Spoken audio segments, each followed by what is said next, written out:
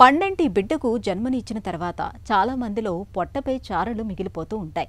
కొంతమందిలో ఇవి కాలానుగుణంగా మాయమైపోతే మరికొందరిలో అలాగే మిగిలిపోతూ ఉంటాయి. నిజానికి వీటితో పెద్దగా సమస్యలేవి ఉండవు, కానీ చూడటానికి బాగోలేకపోవడంతో వీటిని మాయం చేయటానికి అమ్మలు చాలా ప్రయత్నాలే చేస్తూ ఉంటారు. క్రీములు, లోషన్లు, ఆయింట్మెంట్లు ఇలా ఎన్నో ప్రయత్నిస్తూ ఉంటారు. అయితే కొన్ని జాగ్రత్తలు తీసుకోవటం ద్వారా కాన్పు తర్వాత పొట్టపై మిగిలిపోయే చారల్ని సులువుగానే తొలగించుకోవచ్చు. పొట్టపై చారల్ని మాయం చేసేందుకు ఏం చేయాలో, ఎలాంటి చికిత్సలు తీసుకోవాలో ఇప్పుడు తెలుసుకుందాం. స్ట్రెచ్ మార్క్స్ ఒకసారి వచ్చిన తర్వాత అవి బికాస్ అక్కడ డ్యామేజ్ అవుతుంది, ఇలాస్టిక్ టిష్యూకి డ్యామేజ్ అవుతుంది కాబట్టి అది మళ్ళీ రికవర్ అవ్వదు. స్ట్రెచ్ మార్క్ అలాగే ఉండిపోతుంది.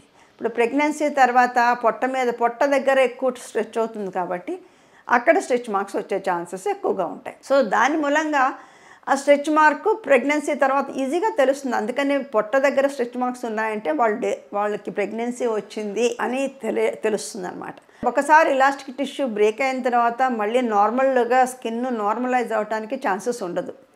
సో అందుకని మనము ఇచ్చే ట్రీట్మెంట్స్ ఎలా ఉంటాయంటే దాన్ని అక్కడ కొత్త ఎలాస్టిక్ టిష్యూ గ్రో అవటానికి వచ్చేదానికిను ఆల్రెడీ ఫామ్ అయిన ఇలాస్టిక్ స్ట్రెచ్ మార్క్స్ కొంచెం మాస్క్ అయ్యేదానికి టైప్ ఆఫ్ ట్రీట్మెంట్స్ అంటే ఏ టైప్ ఆఫ్ ట్రీట్మెంట్స్ అంటే లేజర్ ట్రీట్మెంట్స్, మైక్రో నీడ్లింగ్, అలాగే ప్లేటెడ్ రిచ్ ప్లాస్మా ఇలాంటి ట్రీట్మెంట్స్ ఈ మధ్యకాలంలో ఎక్కువగా ఇస్తూ ఉన్నాం అనమాట. మేజర్గా మేము చెప్పేది ఏంటంటే ప్రెగ్నెన్సీ టైంలోనే స్ట్రెచ్ మార్క్స్కి మొదటి నుంచే ఎక్కువగా మేము vitamin A and vitamin E ఉన్న క్రీమ్స్ చాలా వాడుకలో ఉన్నాయి.